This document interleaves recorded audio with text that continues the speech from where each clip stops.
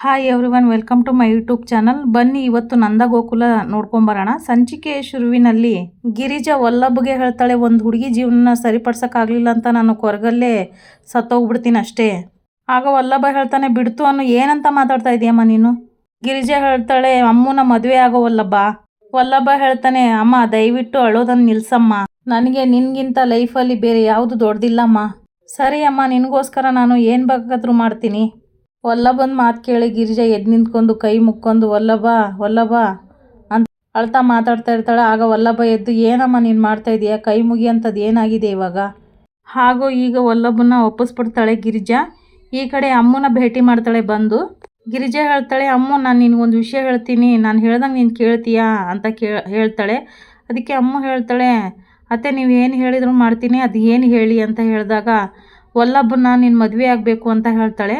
ಆಗ ಅಮ್ಮು ಅದು ಸಾಧ್ಯನೇ ಇಲ್ಲ ಅತ್ತೆ, ನೀವು ಹೀಗೆ ಮಾಡಿದರೆ ಹೇಗೆ? ಅವ್ನು ಕಂಡ್ರೆ ನನಗೆ ಆಗೋದಿಲ್ಲ, ನಿಮಗೂ ಗೊತ್ತು, ಅವನು ನನ್ನ ಕಂಡ್ರೆ ಉರಿದು ಬೀಳ್ತಾನೆ, ಅಂಥದ್ರಲ್ಲಿ ಅವನ್ನ ಮದುವೆ ಆಗಬೇಕನ್ನೋದು ಹೇಗೆ ನೀವು ಯೋಚನೆ ಮಾಡಿದ್ರಿ? ಆ ಅಭಿಪ್ರಾಯ ನಾನು ಇಟ್ಕೊಂಡಿಲ್ಲ ಅವ್ನು ಮದುವೆ ಆಗೋದು ಅಂತ ಹೇಳ್ತಾಳೆ. ಆಗ ಗಿರಿಜಾ ಹೇಳ್ತಾಳೆ, ಕಪಾಳಕ್ಕೆ ಬಾರಿಸ್ಬಿಡ್ತೀನಿ, ನಾನು ಹೇಳ್ದಂಗೆ ನೀನು ಕೇಳು. ಈಗ ನೀನು ಓಡಿ ಬಂದಿರೋದು ಊರಿಗೆಲ್ಲ ಗೊತ್ತಾಗಿದೆ, ನೀನು ಯಾರ ಜೊತೆ ಹೋಗಿದ್ದೀಯ ಅಂತ ಯಾರಿಗೂ ಗೊತ್ತಿಲ್ಲ. ಈಗ ನೀನೇನಾರು ಈ ಮದುವೆ ಆಗೋದು ಬಿಟ್ಟರೆ ನಿಮ್ಮ ಅಪ್ಪನ ಸಾವು ನೋಡಬೇಕಾಗುತ್ತೆ. ಹುಡುಗನೂ ಇಲ್ಲ, ಈ ಕಡೆ ಮದುವೆ ಆಗಿ ಬಂದಿಲ್ಲ, ಒಂದಿನ ಎಲ್ಲಿ ಹೋಗಿದ್ಲು ಅನ್ನಂಗೆ ಊರವರೆಲ್ಲ ಮಾತಾಡ್ಕೋತಾರೆ. ಅವ್ರಿಗೆಲ್ಲ ಏನು ಉತ್ತರ ಕೊಡ್ತೀಯಾ? ನಾನು ಹೇಳ್ದಂಗೆ ನೀನು ಕೇಳು ಅಂತ ಹೇಳಿದಾಗ, ಏನು ಹೇಳ್ತಾ ಇದ್ದೀರಾ? ಅಪ್ಪ ಸಾಯಕ್ಕೆ ಹೋಗಿದ್ರಾ ಅಂತ ಅಮ್ಮ ಕೇಳಿದಾಗ, ಹೌದು ಕಣೆ, ನಮ್ಮ ಯಜಮಾನ್ರೆ ಹೋಗಿ ಕಾಪಾಡಿದ್ದಾರೆ, ಅದಕ್ಕೆ ನಾನು ಹೇಳ್ತಾ ಇದ್ದೀನಿ ಕೇಳು. ಮನೆಯಲ್ಲಿ ಯಾರಿಗೂ ಗೊತ್ತಿಲ್ಲ ತಾನೇ ನೀನು ಯಾರ ಜೊತೆ ಬಂದಿದೆಯಾ ಅಂತ. ಹಾಗಾಗಿ ನೀನು ವಲ್ಲಭನ ಮದುವೆ ಆಗು, ಅದೇ ಸರಿ. ಆಮೇಲೆ ಹೋಗ್ತಾ ಹೋಗ್ತಾ ಅವ್ರ ಕೋಪ ಎಲ್ಲ ತಣ್ಣಗಾಗುತ್ತೆ. ಎಲ್ಲೋ ಒಂದು ಕಡೆ ನನ್ನ ಮಗಳು ಚೆನ್ನಾಗಿದ್ದಾಳೆ ಅಂತ ಖುಷಿ ಪಡ್ತಾರೆ. ನೀನು ಈ ಥರ ಮಾಡಿರೋದಕ್ಕೆ ಅವ್ರೇನಾರ ಸತ್ತಿದ್ರೆ ನಾನು ಮಾತ್ರ ನಿನ್ನನ್ನು ಸುಮ್ಮನೆ ಬಿಡ್ತಾ ಇರಲಿಲ್ಲ. ಹಾಗಾಗಿ ಹೇಳ್ತಾ ಇದ್ದೀನಿ, ಒಂದು ಜೀವನ ಕಟ್ಕೊಳಕ್ಕೆ ಒಂದು ದಾರಿ ಸಿಕ್ಕಂಗೆ ಆಗುತ್ತೆ, ನೀನು ಒಪ್ಕೊಳ್ಳಮ್ಮ ಅಂತ ಹೇಳ್ತಾಳೆ.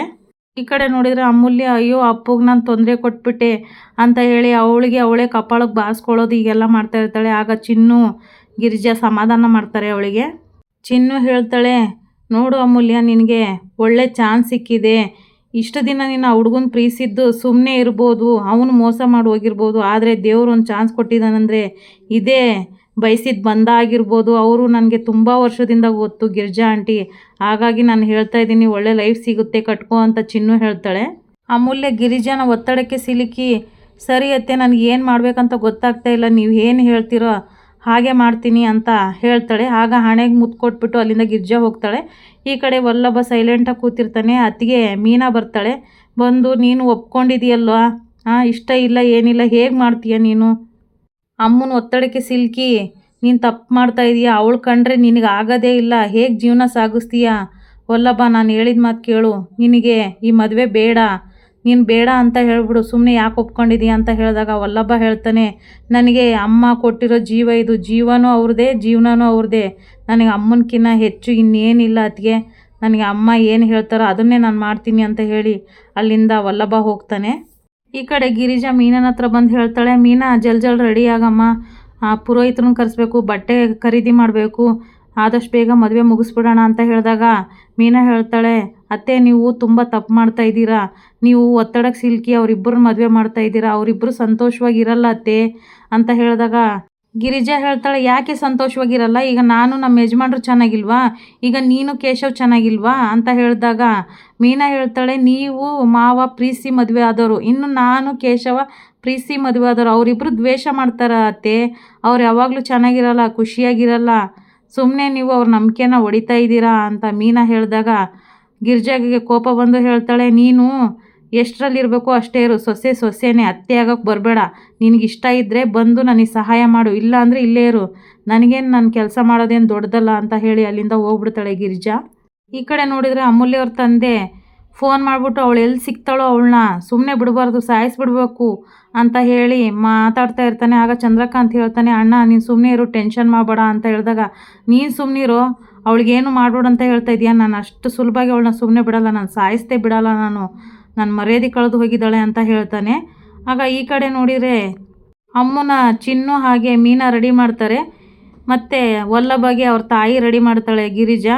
ಆಗ ಹೇಳ್ತಾಳೆ, ಇದು ದೇವ್ರ ಬೆಸೆದ ಬಂದ, ಎಷ್ಟು ಚೆನ್ನಾಗಿ ಕಾಣಿಸ್ತಾ ಇದೆಯಾ ಕಂದ ನೀನು ಅಂತ ಹೇಳಿ ವಲ್ಲಭಗೆ ಹೇಳ್ತಾಳೆ. ವಲ್ಲಭ ಮುಖದಲ್ಲಿ ನಗುನೇ ಇರೋದಿಲ್ಲ, ಟೆನ್ಷನಲ್ಲೇ ಇರ್ತಾನೆ, ಖುಷಿ ಅಂತ ಇರಲ್ಲ ಅವನಿಗೆ. ಅವರಮ್ಮ ನೋಡಿ ಹೇಳ್ತಾಳೆ, ಬೇಜಾರು ಮಾಡ್ಕೋಬೇಡ ವಲ್ಲಭ, ಇದು ದೇವ್ರು ಬೆಸೆದ ಬಂಧ ಇದು ಅಂತ ಹೇಳ್ತಾಳೆ. ಈ ಕಡೆ ಚಿನ್ನು ಸಹ ಅಮೂಲ್ಯಗೆ ಹೇಳ್ತಾ ಇರ್ತಾಳೆ, ಇದು ದೇವ್ರು ಕೂಡಿಸಿರೋ ಬಂಧ, ಈಗ ಇಷ್ಟು ದಿನ ಏನಾಗಿತ್ತು ಅದು ನೀನು ಮನಸ್ಸಲ್ಲಿ ಇಟ್ಕೋಬೇಡ, ಇನ್ನು ವಲ್ಲಭನ ಮದುವೆಯಾಗಿ ಚೆನ್ನಾಗಿರು, ನಿನ್ನ ಜೀವನದಲ್ಲಿ ಏನು ಕಹಿ ಘಟನೆ ನಡೆದಿದೆಯೋ ಅದೆಲ್ಲ ಮರ್ತು ಬಿಡು ಅಂತ ಅವಳಿಗೆ ಹೇಳ್ತಾ ಇರ್ತಾರೆ. ವಲ್ಲಭ ಮತ್ತು ಅಮೂಲ್ಯ ಒಂದು ಕಡೆ ಭೇಟಿ ಆಗ್ತಾರೆ. ಇಬ್ಬರು ಒಬ್ರಿಗೊಬ್ರು ಮದುವೆ ಆಗಬೇಕು ಅಂತ ಎದುರು ಬದ್ರು ಆಗ್ತಾರೆ. ಇಬ್ಬರು ಹಾರ ಬದಲಾಯಿಸ್ಕೊಳ್ತಾರೆ ಪುರೋಹಿತರು ಹೇಳ್ದಾಗೆ. ಹಾಗೆ ಅವರಿಬ್ಬರು ಜಗಳ ಮಾಡ್ಕೊಂಡಿದ್ದು, ವಾದ ಮಾಡಿದ್ದು ನೆನ್ಪು ಮಾಡಿಕೊಂಡು ಕೊನೆಗೂ ಇವನ್ನೇ ಮದುವೆ ಆಗಬೇಕಲ್ಲ ನಾನು, ಯಾವ ಹುಡುಗಿ ಸಿಗ್ತಾಳೋ ನಿನಗೆ ಅಂತ ಇದ್ದೆ ಅಂತ ಅವಳು ಯೋಚನೆ ಮಾಡ್ತಾ ಇರ್ತಾಳೆ. ಈ ಕಡೆ ವಲ್ಲಭನು ಅವಳ ಜೊತೆ ಜಗಳ ಮಾಡಿದ್ದೆಲ್ಲ ನೆನ್ಪು ಮಾಡ್ಕೊತಾ ಇರ್ತಾನೆ. ಕೊನೆಯಲ್ಲಿ ಪುರೋಹಿತರು ತಾಳಿನ ಕೊಟ್ಬಿಟ್ಟು ಎಲ್ಲರ ಹತ್ರ ಆಶೀರ್ವಾದ ತೊಗೊಳ್ಳಿ ಅಂತ ಹೇಳಿ ಆಶೀರ್ವಾದ ತೊಗೋತಾಳೆ ಮೀನಾ. ಹಾಗೋ ಈಗ ಮಾಡಿ ಅವರಿಬ್ಬರನ್ನ ಮದುವೆ ಮಾಡಿಸ್ತಾಳೆ ಗಿರಿಜಾ. ಆಗ ನಂದನ್ ಕಾಲ್ ಮಾಡ್ತಾನೆ ಗಿರಿಜಾಗೆ. ಅದನ್ನು ನೋಡಿ ಶಾಕ್ ಮಾಡ್ಕೊತಾಳೆ. ಇಲ್ಲಿಗೆ ಈ ಸಂಚಿಕೆ ಮುಗಿಯುತ್ತೆ. ಯಾರೆಲ್ಲ ನನ್ನ ಚಾನಲ್ ನೋಡ್ತಾ ಇದ್ರು ದಯವಿಟ್ಟು ಸಬ್ಸ್ಕ್ರೈಬ್ ಮಾಡ್ಕೊಳ್ಳಿ. ಹಾಗೆ ಒಂದು ಲೈಕು ಶೇರ್ ಮಾಡಿ. ವಿಡಿಯೋ ನೋಡಿದ್ದಕ್ಕಾಗಿ ಧನ್ಯವಾದಗಳು.